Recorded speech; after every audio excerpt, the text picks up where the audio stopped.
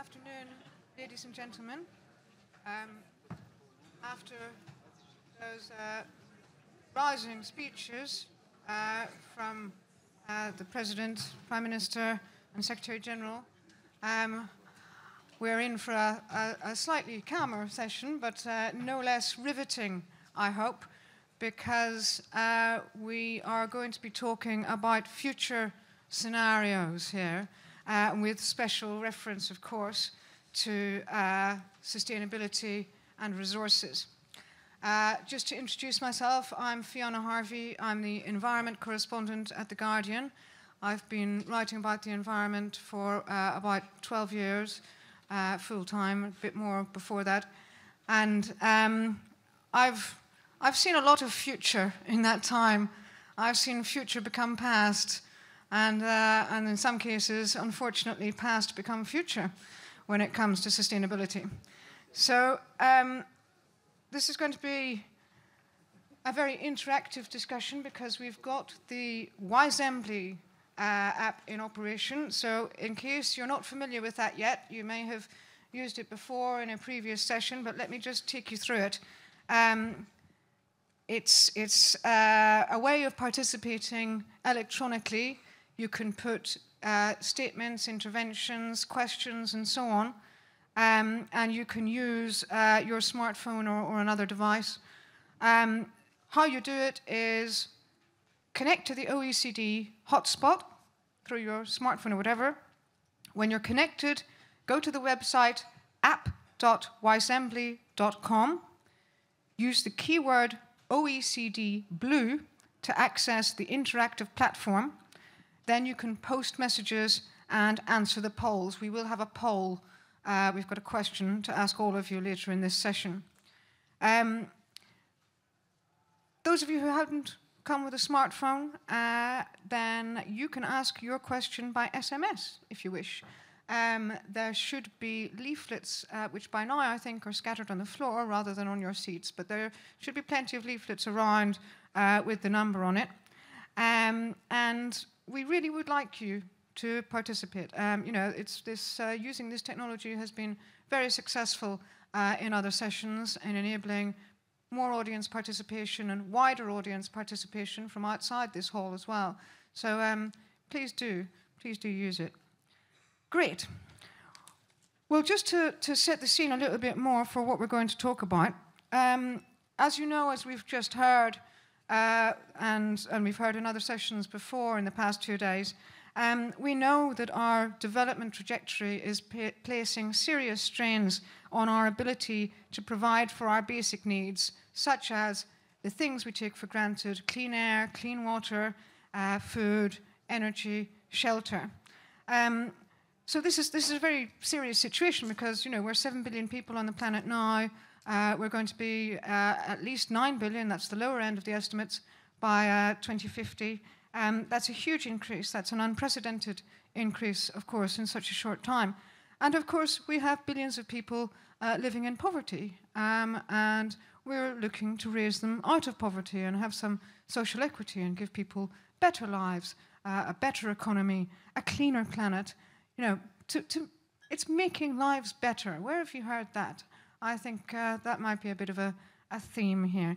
So one of the things that we'll be discussing are the Sustainable Development Goals. These take over from the Millennium Development Goals, and they're going to be adopted by the UN in September, we hope. And these 6 Sustainable Development Goals look at water, energy, food production, things like the security of energy and food, the security of water, ensuring access to clean water, and ensuring that we don't completely destroy the planet. We've also got to take into account climate change, of course, and we've heard in the previous session President Hollande telling us a lot about his hopes for the COP21 here in Paris this December. So, you know, as if we didn't have enough problems on the planet with food, water, and, you know, the number of people we've got to provide for in future, climate change is coming along to make all of these problems even worse. So that's the sort of that's the scene that we're looking at present. And you know, as Monsieur Hollande was saying, you know, we do know in a lot of cases what we've got to do. You know, we have a lot of the technology we need in terms of renewable energy and so on. We have technology to cut pollution. We have technology to give us clean water, and all of these things. You know, they're not. It's not as if we can't do it technically. So why aren't we doing it? I think is a major question that we've got to ask. So, and that's the first question that I'm going to ask our first panelist. There's a very slight change in the order from what you might have seen. So I'm going to call first of all on Christina Persson, who is the Minister for Strategic Development and Nordic Cooperation in Sweden.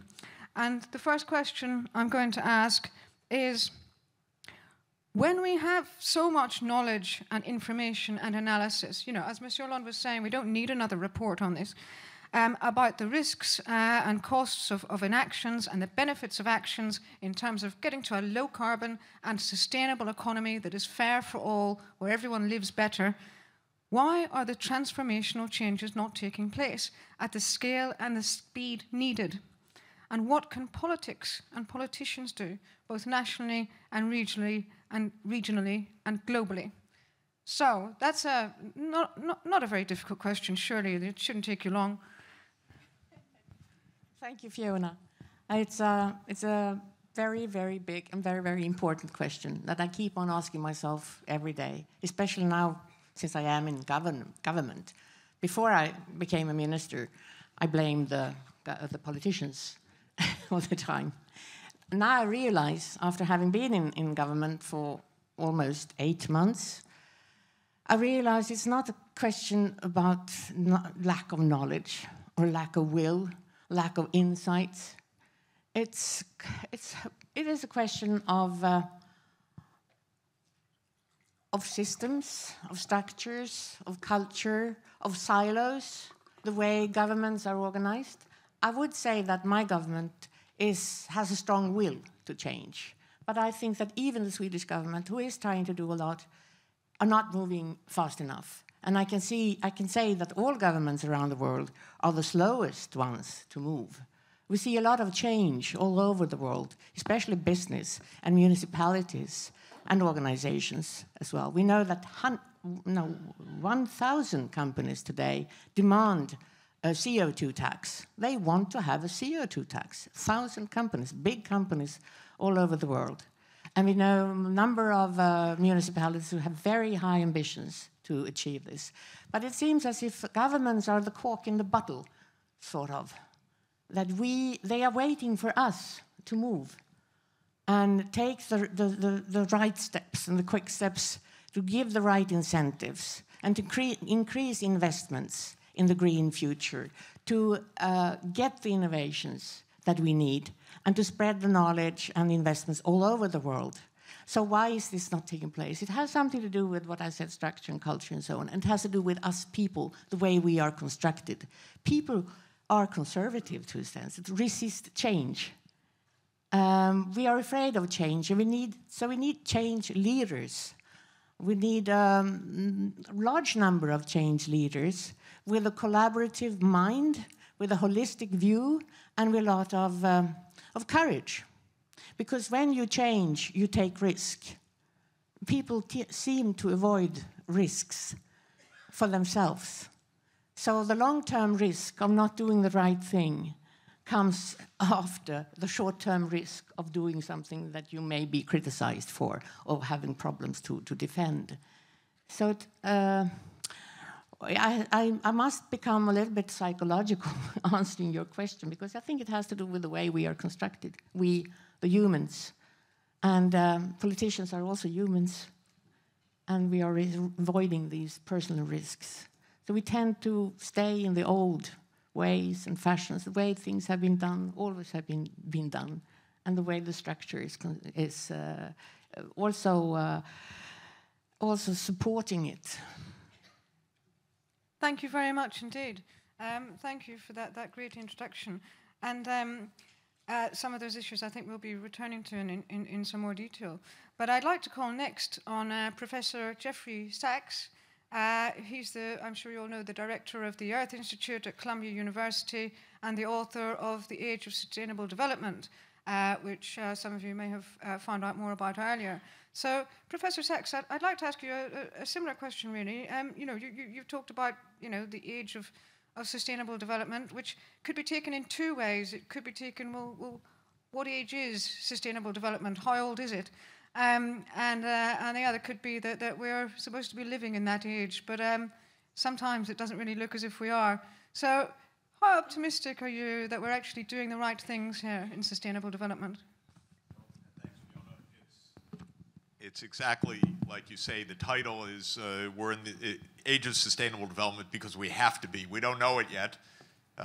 Our systems are not really sustainable, that's obvious, and our mindsets are not really around sustainable development, which is why it's so important that all 193 member states of the UN will be adopting sustainable development goals on September 25th. Because we better have some direction, we need a compass, we need a way to head. This is a very complicated world, and there are lots and lots of reasons for inertia. Inertia doesn't mean standing still. Inertia means continuing in the direction that you're going. And the world is not standing still. It's actually a world economy of now $106 trillion per annum, which is pretty big, is growing at between 3% and 4% per year, which means that it doubles every generation. But it's not growing sustainably. And to understand how strange, how powerful the inertia is, and all of the problems, I'll just give you an example from the United States, my own country. There's no doubt that President Obama wants to do something important on climate change. He says it all the time. It's a legacy issue. He knows it's very important. Our Congress is weird, you have to acknowledge. You couldn't win a vote about science in the Congress. It's absolutely dominated by money. It's an incredibly corrupt political system. The Republican Party is owned by big oil, and if not by big oil, by big gas, if not by big gas, by big coal. So you can't get anything through right now also. So it's pretty strange. Okay, the administration wants to do something. But last week, in the midst of all of this, it said, okay, we're going to give permits for drilling in the Arctic. Well, what's that all about? That's completely inconsistent with the basic direction of the administration. That's inertia. You could analyze it on many different levels. You could analyze it on the political level. You could analyze it on the vested interests, the campaign contributions. You should understand it also as bureaucratic inertia, because there's a permanent government. The permanent government keeps doing what it does, what it knows how to do, which is give leases for drilling. There's a job in the Department of Energy, give leases. That's their job. No one told them yet it's not their job. And nothing stands still because technology gets better and better, right? We know renewable energy, great, which is true. But the technology of hydrocarbon drilling gets better and better also. You better believe it. Fracking is a technology breakthrough, no question. Ultra deep sea drilling, technology breakthrough. Mining heavy oil sands, technology breakthrough. So don't count on technology to save you. It's choices. So I would just say that we need clarity about the dangers, about where we want to go, and we need to do the analysis of how we can get there. Maybe in a very few places in the world, government will take the lead. Sweden would be one of those places, high on the list. It's rational. The United States, by the way, we have a lot of very capable people in our country. Actually, we also have a lot of normal people. You should know that. The country is not as strange as Washington. In fact, the vast majority of Americans want climate change action. because they're not in the pockets of the oil industry the same way. We had a Secretary of Energy who's a Nobel laureate. Good for America. Brilliant man. Most of the political advisors in the administration spent all the time to make sure he'd never be seen in public because he might say something that would upset the political structures. So if the governments won't do it, then we need the think tanks, the universities, the scientists, the other leaders to do it. We should take note that major oil companies earlier this week made a powerful, good announcement. Total, Statoil, Shell, BP, I know there are a couple of others on the list, Eni. They said we need carbon price, we need to take this seriously. We need to hold them to account, not only to a letter, but they did something very good this week. Did you believe them? Pardon me? Did you believe them? I believe that they're under pressure for good reason. Their business model can't go on consistent with public safety. So they're under pressure. We've got to be smart, aggressive, knowing where we need to go, and not depending on any one way to get there, because changing the direction of a system doesn't happen through one mechanism, not through an election, not through a march in the streets, not through a good report, but it happens through the weight of all of that, driven by a shared idea. And the idea of sustainable development really is a good idea. It says that we need economic development because we do. We also need social inclusion because we believe in fairness and justice and equity. And we need environmental sustainability. Or as the wall has it, people, planet, prosperity. It's good. So we have finally something in hand that we can all hold on to, say that's where we're going, and then use every way we can, whether it's science or activism or pressure on the companies or politicians that are brave to lead, to get us there. Thank you very much. Thank you for that. And we're going to move on to Melanie Schultz van Hagenmaas, who's, van Hagenmaas Geesteranis, Minister for Infrastructure and the Environment in the Netherlands. Sorry, it's far too long, this name. Schultz is okay. But please, Minister, I'd like to ask you specifically about the urgency of the transformational change that we've heard about, and how do you actually transmit that to political leaders? Because, you know, as Professor Sachs was just saying, you know, there is a bit of a mismatch there between politics and what's going on with science and so on. So, you know, can we get a more coherent approach here? This is long-term risk management. Politicians are short-term thinkers. What can we do about that? Well, thank you, Fiona. I hear you ask me here to, because of my expertise in short-term thinking. But I think this is the right place to discuss this. I'm a Minister for Infrastructure and Environment, so I have to combine sustainable development on infrastructure and environment, and this is very interesting. And part of my portfolio is water management. And as you may know, in the Netherlands, because of our special position, big part of our country is 4 or 5 meters below sea level, 30% approximately.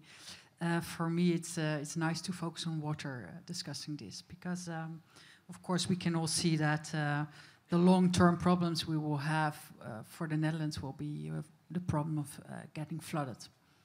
And to discuss the long-term solutions, it's also good to go back to the past, because if you want to fight long-term problems, you need also a story.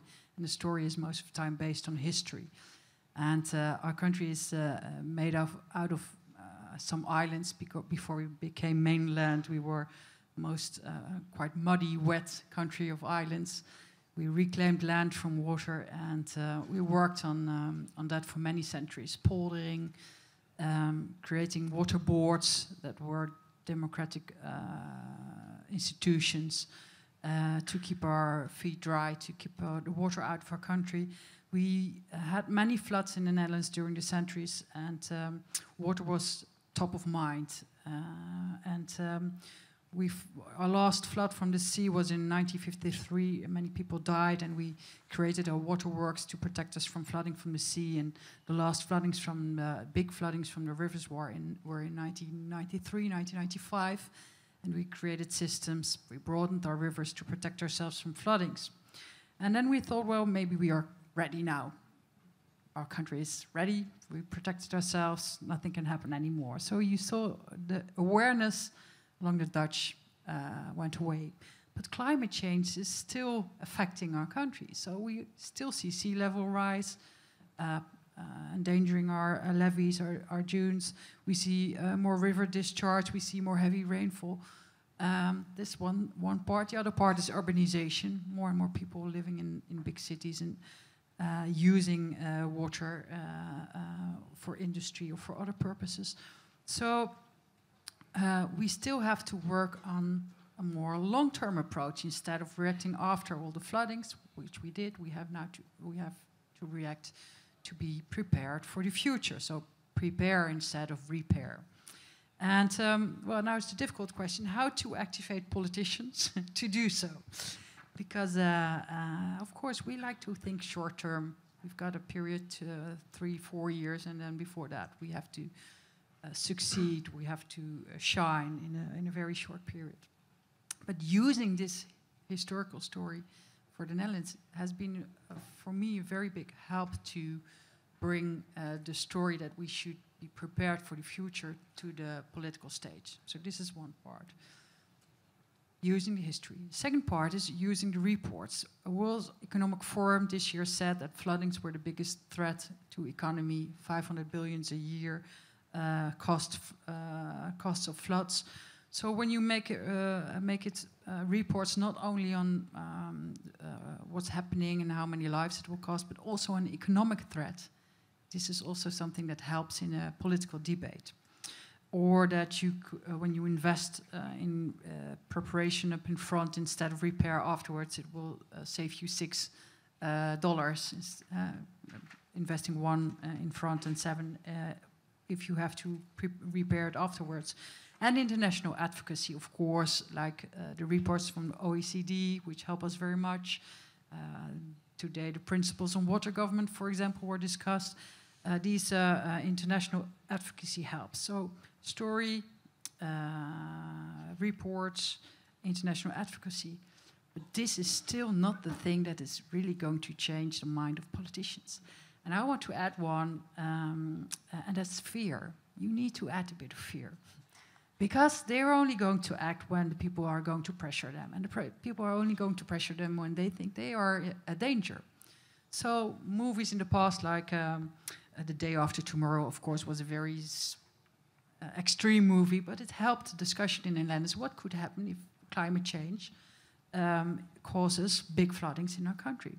And then afterwards, we had a commission, and this commission said, well, this would really be a big problem because 70% of your GDP is earned within your flood-prone areas.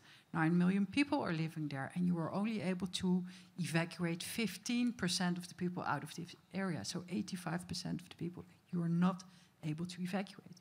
So this is where the fear started, a bit, the awareness of the Dutch that they could still be at risk. And then I said, well, maybe I should help it a little bit more. So we introduced an app on your phone, and it's called Overstroming. It's in English, it's willhijflood.com. And you can see for your address if your house will be flooded or not. But you can also see that it will be very difficult to evacuate because all our roads will be underwater too, and all the evacuation troops will be like the ambulances or the helicopters will be underwater too. So this helps the awareness of the Dutch to be to know that something is happening and this could threat them. And well, to make a long story short, for me it's important to tell the story, use your history, show the figures, because you also have to convince the Minister of Finance, of course, not only the Minister of Environment. Organize pressure by the people. This is the most important, this pressure by the people, because this is what really changes politicians to act. And it helped because after this period of threat, as I call it, we decided last year on a new Delta plan for the Netherlands, not after a disaster, but to prepare for the future. This Delta plan will help our country to be safe against flooding at least until 2050 and even longer. It will help us protect our freshwater supply. It's very nice. It's made together with stakeholders, and there was not much debate about that. We've got funding until 2050.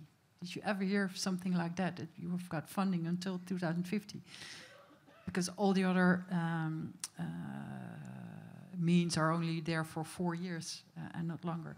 So it worked, and I think this is really important also for the other climate change issues. A little bit of fear helps the politicians move and take action for a longer time. Yeah. Thank you very much. And I didn't mean to malign politicians too much, seeing as we've got some on the panel, but I think quite often to speak up for politicians, they're often at their best in a crisis. So, you know, this never is waste a good crisis. Certainly a crisis. I think that can happen. So, next up, thank you for that. Next up, we're going to move on to Margareta Wallström, the UN Special Representative of the Secretary General, with a specialism in disaster risk reduction. So, I'd like to ask you about risk management with regard to natural hazards, because you know one of the problems here is that you know natural disasters. Again, this is the kind of crisis that politicians are sometimes very good at when a natural disaster strikes. But the problem is that one, we can expect more natural disasters from climate change, also from some of the other things that we're doing to our planet. I was told this morning that about 90% of natural disasters are to do with water in one way or another, either a drought or a flood or problems like that. So, the way in which we're changing is bringing about more natural disasters, and also a higher population is going to mean more people vulnerable to natural disasters. How can we look at long-term risk management that will... we can't stop every natural disaster from happening, of course. Some of them we might be able to ameliorate, but we can't stop every earthquake or tsunami or anything like that. What can we do then in terms of making resilience more mainstream, and in looking at ways in which we manage risk? For instance, in terms of investment, why are we supporting investment in fossil fuels and so on? So quite a broad question there, but if you could take us through the risk management aspect here. Thank you. Thank you, Fiona, and I'm greatly encouraged by that politicians are not doomed to short-term thinking, because I think part of our solution lies there. But let me say that just in reaction also to Jeff's comments about the inertia, and in fact, just like you, things are happening, but it's happening a bit too disconnected from government. So, as you know, about 2 months ago, governments, 185 or so governments, met in Sendai in Japan to agree on a new plan for disaster risk reduction. And if you look at that plan, you will see that it's a validation of many of the things that we know do happen, can happen, it must happen more and quicker, what you say now. And critically in this plan, and I think that's the big success of the past 10 years of work, it is really has mainstreamed completely the thinking about public and private investment, how to mobilize. It's self-interested to start with engagement by those that take decisions on investments for the future. And long-term is an unpleasant word, you know. Last week I asked, in fact, in a conference in Sweden, when on earth did planning go out of fashion? When did it stop being a steering instrument for policy implementation? And because it's a question that I've been struggled with, because we keep saying, you know, planning, long-term planning is really good. Obviously, it's good, but there doesn't seem to be enough of it. So there must be a question about how is it that somewhere along the line, someone told me then in the 80s sometime, I don't know if they were right, Jeff, but it generated an interesting reflection. How come that we lost the main instruments that really guide societal development, decision-making, planning, and joined up? So let me just tell you a couple of words what the Sendai Agreement, in fact, we can apply the lens of Sendai. It validates very strongly a very inclusive and participatory model of action and decision-making. It gives full status to the multi-stakeholder approaches. I think this is also what Melanie mentioned. The success of the Delta or the safety of Netherlands is the very democratic way that the dikes have been managed by communities that know their own safety, depended on that. So that model of engaging stakeholders, but also educating stakeholders, because if we think, as you say, risk-sensitive investment sounds eminently wise. But how do you bring the risk knowledge, the instrument, to those that make the investments? So who do we need to have a seat at the table? You know, my slightly unkind model of governmental decision making today is that they decide and then they ask what you think about the plan.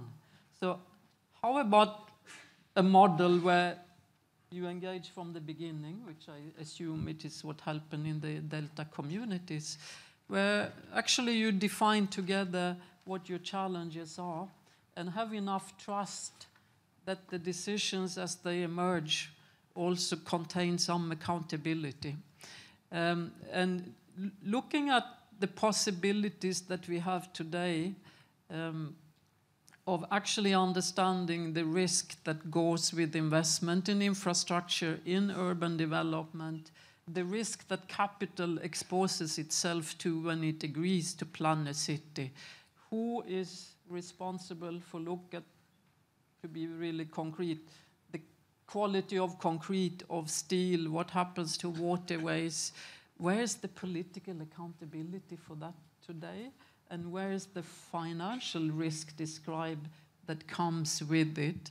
So, you know, we can go from very practical community development projects, communities themselves defining their needs, to engaging communities at a very high level of sophistication and political influence on how decisions are made. And I'd like to, you know, my first personal clash of, you know, with understanding the logic of why we don't do what we know needs to be done was that I think it was a debate whether it was a failure or a success, but the outcome of the climate conference in Copenhagen. But there I listened to two constituencies that are critical for the success, with or without an outcome on the climate negotiation, local governments and business. What did they say in Copenhagen? They said, okay, governments, just too bad, you didn't conclude any agreement. Our level playing field isn't there. We'll keep doing what we do. As local governments, we represent 70% of global emissions. As cities, we can do a lot, but we do need governments to actually set the parameters for what we do. And the business said the same thing. And that's why we also, when we do our disaster risk work, said that private sector is a key to bring into. They have an interest in this, that maybe their full engagement can help governments. I think you mentioned fear and pushed works to get us out of this sense of, because I think it's more a sense than a reality of inertia. There is a lot less inertia in the rest of society. But if the rest of society is not ready to engage with government and put a lot more positive dynamics into concrete ways forward. Just finally, one of the cornerstones of the Sendai framework and the debate leading up to it, we spent 3 years talking with countries, where are your main bottlenecks? Out of the main bottlenecks came 4 areas in particular. One is understanding risk, move from managing catastrophic events to managing the risk of these events with the purpose of reducing, mitigating, and avoiding them. Secondly, governing the risks. And this governance issue is a misaligned set of policies and institutional responsibilities. And between these, there are gaps that are very critical. And it's very possible to identify the gaps. We've been seeing that happening in many countries. And we've seen the gaps being filled because there's an informed set of institutions that decide that this needs to be done. But it works better if the government has the policy direction to make it happen. Thirdly, very concerned about the resilience of people. So economic development at the lowest level, it's education, health, very practical issues, very strong. And of course, fourthly, continue to be better prepared to respond to disasters when they do happen. But above all, plan for how to do the reconstruction so that you come out a bit better than you went in.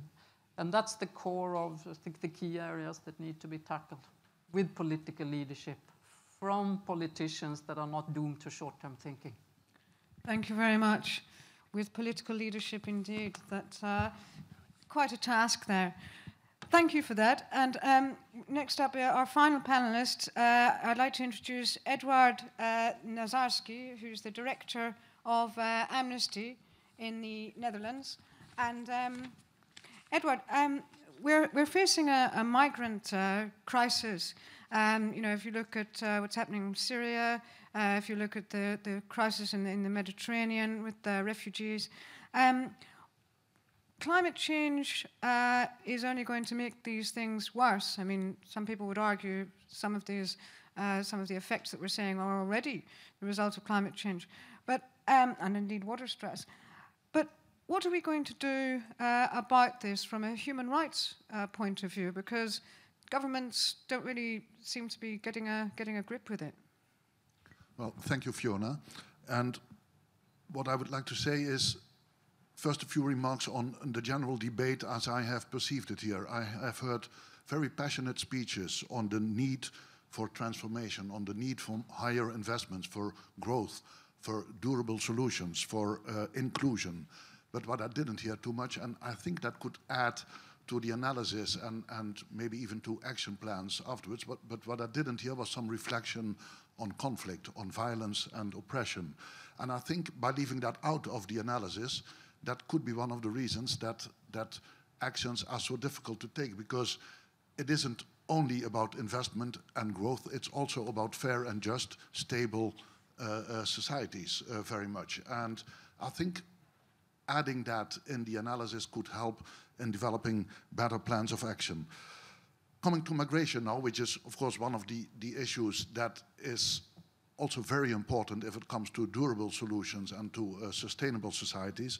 We have seen in the last years that because of conflict, because of repression in very many countries, but also because of climate change, the number of migrants and refugees has been increasing hugely. And I don't want to go into the exact debate here on the distinction and the criteria for determining who is a refugee and who is not, and who is a migrant and who should be returned or deported. I'll be happy to discuss that another time. But in general, you can see that in the last years we have seen a rise in the number of migrants all over the world. And if I look at the recent reactions of European governments, but also Asian governments, I must say that I don't think that is very much helping in solving refugee problems, in solving the problems of migrants. Because what governments are trying to do is to contain the problem wherever it is, not to open their borders, and certainly not too much, but not looking in the problems as they are in their total. And I think if we look now a few years ahead and all the things that have been stated about the possible flooding, on drought, on hunger, affecting, I think, most of the times poorer people because they cannot protect themselves, and indigenous people that are in a kind of a circle of poverty don't have means, don't have access to justice, don't have means to defend themselves properly. So if that's indeed the case, then we will have migration levels that are really unprecedented. And to say it in an American way, you ain't seen nothing yet if it comes to migration. And if we then don't come to better approaching, like Minister Schultz said on another topic, but if we are not more proactive and preventive, and if we don't succeed in that, we will see that all governments try not to have too many problems for their own country, for their own public, and as well, President Hollande, as Prime Minister Rutte, referred to elections being problematic as it comes to being re-elected and having unpopular measures. But if we don't succeed in explaining in a different way why people have to migrate, what we can do to be part of a solution, then we will be in even more trouble, I think. And there we need desperately a paradigm shift as well in policies and in comprehensive policies, not only in investments in growth in economies, but also in repression and in conflict resolution and conflict resolving. But we also need a paradigm shift, I think, in language and in narrative. Because if many politicians are talking about refugees, migrants, asylum seekers, and all kinds of categories as something threatening our societies very much. And if they keep on doing that, well, people in public will never perceive migration as something that is perhaps inevitable and that's something that will happen and that we need to adapt to that. Another keyword, if we don't adapt to that, we will see that, well, we are in a very difficult situation because we can't cope with it, and the problem will not go away. The problem will appear at our borders in our cities, like here in Gare du Nord, like in Amsterdam and several places where rejected asylum seekers just set up camps in order to try to survive. So we need a paradigm shift in that, and we need to have a more comprehensive approach to add human rights to the debate, to the analysis of economic developments, and then maybe we can discuss how fair and just societies can be built from here on, and how we can really take into the equation equality, freedom, justice for everyone. Thank you very much. Thank you for that. And I'm just conscious that the Minister Persson has to leave in a moment. So as you won't be able to answer any questions, would you like to make a quick remark now in response to? I just wanted to say that I very much agree. We are not even managing the present situation. I mean, in Europe is the best organized, the closest organized big area with many nations, 28 nations, and we are not managing to cooperate with one another about the present putative situation that we have. Very serious humanitarian catastrophes, disasters happening close to our borders, and we are not managing it. So what will it be like when this sums of some millions in flight from their home countries will be added 10, 20 times or even more? And today it's only Sweden and Germany that really are receiving a large number of fugitives. And we haven't managed to make other European countries accept to receive people from Syria, for instance. And still we need the fugitives. We need immigrants. We need immigrants to Europe, because we have such a demographic situation that we will get a big problem if we don't increase the number of people who can work, because we have so many old people. So actually it's a gift to us if we can make use of it, if we can really deal with it. I think we should start talking about risks and planning, Margareta. This is something that we really should start doing, prepare for a situation where we have many more fugitives than we have today. Yeah, that's great. Thank you very much. That's a great point on which I think you need to make your exit. But thank you very much indeed for that. Thank you. I'm just going to just take this opportunity to ask a Assembly question, which is, And you'll have done these polls before. I'll give you a question and you'll have a yes or no answer, and then we will collate the answers afterwards and give you the results. So it's, are our schools, businesses, civil society stakeholders and governments organized in such a way as to help facilitate a sustainability revolution? Are they organized? Are all those sectors organized? And the answer is, if you think they are organized, that'll be a yes, 1. And if you think they aren't, that'll be 2 for no. Okay? 1 for yes, 2 for no. Great. I'm going to open this up now to questions from the floor. You'll have noticed we're at the time we were supposed to finish, but because of the overrunning of the VIPs earlier, we are now. We're going to continue for another quarter of an hour, if that's all right. So I've got a few questions here from the internet, but I'm going to take them from the hall as well. So I think we've got some microphones. We've got a question here in the front. We've got one here. I saw you first, so we'll take this one first, and then we'll take you, sir. I'll take several questions at once for speed. Well, thank you. Thank you very much, Madam Chairperson. Gwenan from Bilkent University, University of Paris, and a former ambassador of Turkey to the OECD. Professor Sachs, you remarkably mentioned, I fully agree, that well, our world is not sustainable. And to my modest understanding, our world is driven by power and power of money. So unfortunately, this doesn't lead to sustainability and certainly not to humanity optimal. Would you please kindly make some comments? I thank you. Thank you, Madam Chairperson. Okay. Thank you very much. Thank you for that. That's very helpful. Here. Oh, thank you. My name's Chris Coles. In 2012, I found a whole load of climate scientists chattering on the internet together, and I put together a report which I sent into the Cabinet Office of the United Kingdom. They were discussing the potential for the collapse of the Greenland ice cap. And so I asked the question, what's the plan? My view, from a personal point of view, is that we're in a much more dangerous situation than anyone appears to want to admit in public. And with the day by day, the NOAA report, we've got a web page, we can see the Arctic ice melting day by day, and also the reports now coming in from satellite measurements of the predictions made in 2008 in Scientific American, the Unquiet Ice Speaks volumes about global warming, where they were predicting a sudden sea level rise of between 50 and 170 feet caused by ice in Antarctica sliding into the sea. And now we see there are clear observations that that process has also started. So I ask, who has a detailed plan to deal with a worst case situation? Yeah, great. That's what we need. Any other questions from the floor at the moment?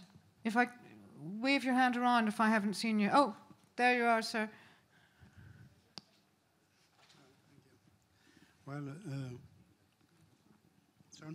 okay.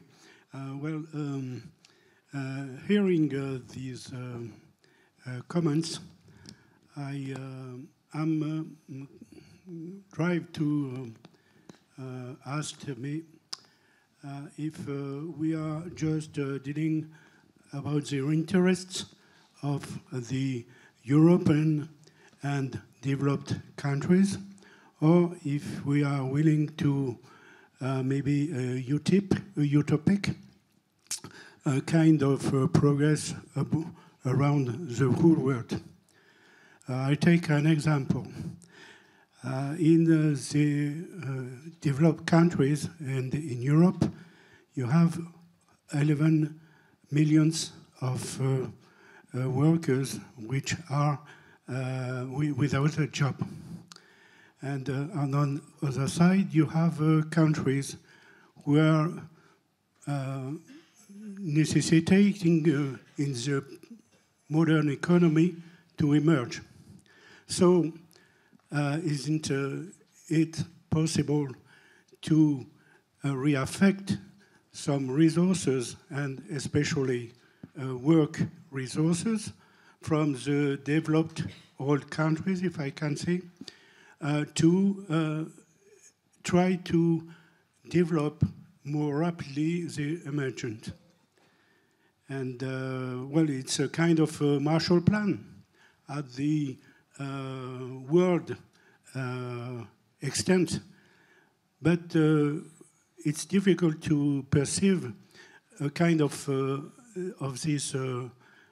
these decisions from all what is said inside this meeting, and perhaps the evolution or the increase of the economic status of the world could come from decisions of this kind and not of technical decisions which are, you see, decided from day to day to try to stop a phenomenon which is of very large extent. Thank you very much. Thank you for that question. We've got another one down at the back there, if the microphone can go down there. And what I'm going to do, because as I said, you know, with the late running and so on, we are rather pushed for time, and I know that people do have planes and trains and to catch and so on. So I'm going to take all of these questions at once and give them to our panelists who can choose which they prefer to answer. Okay, panelists, so be thinking along those lines. We had another one at the back. Yes. I'm a master's student studying in France. I study energy and environmental engineering. I'm in my second semester, so it's just the first year still.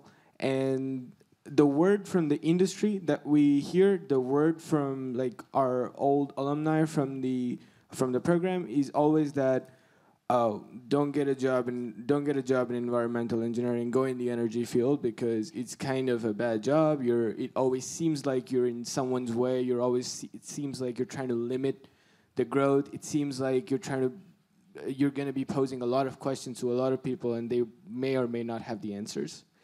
My question is, what can we do to change Just this? as you ask your question, could you stand up because it's difficult for us to see you? Sorry. Yeah. Thank you. Yes. Yeah. My question is, what can we do to change this? Because environmental engineering is not seen as a noble profession as it should be. It's seen as more of an obstacle rather than something that helps. What can we do as a society, from a government's perspective, from a media's perspective, to change this? Thank you. Lovely. Thank you very much. Thank you. I think that would be our final question from the hall, unless anybody has been waving at me and I haven't seen. But I'm also, just to add to that, panelists, I hope you've decided on your answers for that. But let me give you a choice of a few others that have come through from the internet, because some of these are quite important as well. One is, what has changed since Copenhagen that will make the difference in Paris? Which is, you know, an important question. We don't want a repeat of Copenhagen, so what are we going to do? Here's a very specific question, which is, can we expect a climate refugee status to be officially put in place for victims of climate change? And if so, when? Then we've got a question about sustainability, about Professor Sachs's comment on sustainability being about attitude. How do we individually behave to contribute to sustainable development? And isn't this an educational or even a generational issue? And what can we do about that? So I'm afraid I can't take all of the questions that you've sent electronically, but I think that gives you a good flavour of where we are. So I'm going to take, let's see, Edward, I'll take you first, actually, if you don't mind. Yep. I was hoping I would have some more time to think, but well, I'll try. The very specific question: can we expect a refugee status for climate change refugees. I very much doubt that. I think there will be some debate in academic, scientific, practitioner circles in order to enhance the refugee convention and the criteria with economic, social, cultural criteria, but that will be extremely difficult in a political sense. And, well, seeing what has happened until now, I don't think that this is something that will happen in the few years to come now. And, of course, well, you could hope that there will be some good debates on that, but seeing, well, the political reactions now, I think it's very much utopic to think on that. That would be a second thing to refer to, the gentleman that asked, well, should we be very defending our interests or should we be more utopic? If I refer to Melanie Schulz's opening remarks, she said, well, we have to learn from the past. And it was 1948 that the international community decided on the Universal Declaration of Human Rights. Maybe it was utopic by then, but we have come a long way since then. And I think there's nothing wrong with being idealistic, utopic, but you have to be pragmatic at the same time too. So if there is a need, like Christina Persson said, for change leadership, then I think that needs to go hand in hand with some utopic vision on where we should go. And if you don't have that, you will never succeed in getting a majority of the public joining you and in pressurizing politicians. Thank you. Thank you very much. Thank you for that. Minister, you can, again, pick the questions that you'd like to answer. Some of them were sort of related to each other, so you might want to just give us some remarks. Thank you. I want to combine some of them. First of all, I would like to offer a job to the student who was asking if it was smart to do some environmental engineering. That's why we had a merger in the Netherlands between the Ministry of Infrastructure and the Ministry of Environment, because it's very important to combine these developments. And a few years ago, we created our first energy-neutral bridge. Wouldn't it be wonderful if we were able to create a road that could be gain energy by cars driving on it? And there are so many nice solutions in the heads, I think, of the young students that we could really use to solve problems with carbon dioxide on one hand, and on the other hand, still go on with creating infrastructure because people want to go from one point to another. So I think it's very smart to go in that direction and don't listen to the others. And it also gives an answer to the question or the remarks made by one of the gentlemen, that this is a money-driven world and sustainability is not able to survive in a money-driven world. Why don't you make sustainability money-driven? Because if it's more interesting for you to invest in sustainability, then it's also nice and it's something for the market. For example, Netherlands is a very artificial country. We created our own land. They say God created the world and the Dutch created their own land. So artificial that we will not cope to survive in the future if we don't change the system. So from the rivers we used to canalize, we are now broadening the rivers, so it will be a more safe system. Water will go lower. We will be able to create some nature in the surrounding of the rivers. And this system will be also cheaper because we don't have to improve our dikes all the time and we do not have that much risk at flooding. Same for the sea with our dunes and levees. And sand suppletion is a very costly system, but now we are trying to see, can't we use a sand motor, a more natural system, building with nature? And this system, this is also an engineering system, but this natural building with nature system is much cheaper in the end than the artificial system. So make sustainability also cost effective, and then you can solve the problem.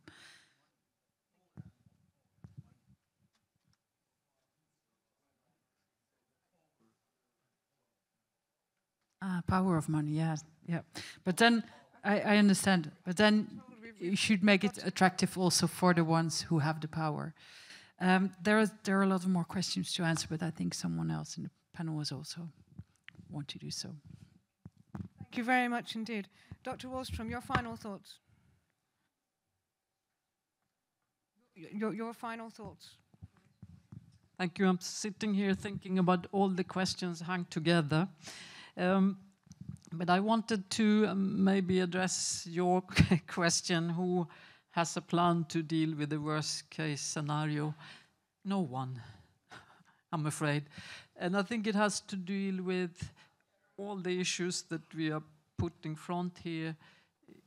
Just let me share with you my model lack of imagination. I've learned, a famous scientist said that that's the first characteristic of a good scientist, is that he has imagination, because you have the courage to really think of the things that is not necessarily coming out of a linear thinking. But if we still see leaders, and I'm not going to hammer only politicians here, because I don't think that's the fundamental problem. If people stand up and say they had a very dramatic flooding in a river that has been there for thousands of years, and they say, we never have imagined this could happen to us. So an even larger scenario, which you took the sea level rise, the catastrophic sea level rise scenarios, which are fairly well, outlined as a potential. So the guidance from the government to the urban or the municipalities to please do a plan for adaptation to this scenario, but they don't give the details of what it would mean. They don't recognize that that is the scenario. I think it's very difficult for municipalities to take that, even though they are ready, of course, because they have a clear accountability. Now, so I think there is a lack of, in my humble worldview, I essentially think that the world needs a Security Council for sustainability and stability. And that could be a body that actually could say that this is a realistic scenario, and maybe we got 30 years. But then, I also decided, as I was listening to colleagues here, that it's not really our problem that politicians want to be re-elected. Is it? No. It becomes our problem if we make it our problem, if we design our action, our engagement based on a hope that we deal with individuals. No, we have to work harder on getting them on side. So one of you asked the question, I think, was how do we individually change our behaviors? And I think this is one way, that a recognition of, even though our life in a daily level is quite comfortable still, that the understanding that it's not sustainable even over a 10-year period because of all the disruptions that we see. So that responsibility then is engaging our political leaders from our exercising our democratic vote until also rewarding them for investments that are actually given to sustainability. So I think your question is the most dramatic one, because it also leads to issues like, do I need to change my line of study because people tell me that environmental engineering is not very good? Maybe don't change what you're studying, but maybe propose to have a different name of it, because putting a different name which is updated and related to today's problem sometimes helps. In fact, it's a bit superficial what I'm saying, but it is a reality that updating our perceptions in line with because environmental maybe sounds a bit limiting, and some of us get very nervous when we hear engineering, because we believe more in soft solutions and green solutions. So why not propose a different name of your study, but keep studying? That's what I would say. But seriously, I think this is something that we who are experts and developing expertise, we also are a bit dogmatic sometimes, aren't we, Jeff? Yes. And we have to learn how to take the waves and as they come and try to turn political thought, policy thought into things that are really sustainable and lead to in the direction. And I think that's the main challenge that we have, where we need to really look at how can we work much closer with political leaders and future political leaders, because we always end up saying, where are all the young people? Where are all the questions from women? You notice there were only men asking questions. So sorry about that. But I normally have to make this comment. Sorry, thank you. Thank you very much indeed. Thank you for that strong message there. Thank you. I'm going to ask Professor Sachs just to give us his last word. But before that, we're just going to have the results of the Y-Assembly poll, which I think should have come through. And here we go. Are our schools, businesses, civil society, stakeholders, governments organised in a way to help facilitate the sustainability revolution? Well, you're a bunch of pessimists, aren't you? 13% said yes, that they are prepared and organised in the right way, and 87% said no, they're not. You can respond to that if you like, Professor Sachs, or else just give us your final thoughts very briefly. Well, Thank you. I want to meet the 13% because maybe you have a good idea, but I side with the 87%. I have to say that we're not quite prepared. For the student in back, main piece of advice, do what interests you. For sure. Don't listen to all that advice. Do what interests you, because you're going to be doing it for a long time, and it really is lousy to be doing things that don't interest you, okay? There will always be something good for you to do if it interests you. Moreover, they're not thinking ahead, because actually getting the environmental issues right is going to be a big theme, and if you know what you're doing, you're actually going to have a good market for your services too. So I think it's without question. I'm giving you free advice, but it's good advice, which is go after what you're really interested in. Look, the issue is paradoxical, because if we continue doing what we're doing, we're going to have the kind of really, really big disasters that this gentleman mentioned. Sea level rise on our current trajectory will be several meters. Most of the world's big cities are on rivers and coasts. You don't even want to think about it.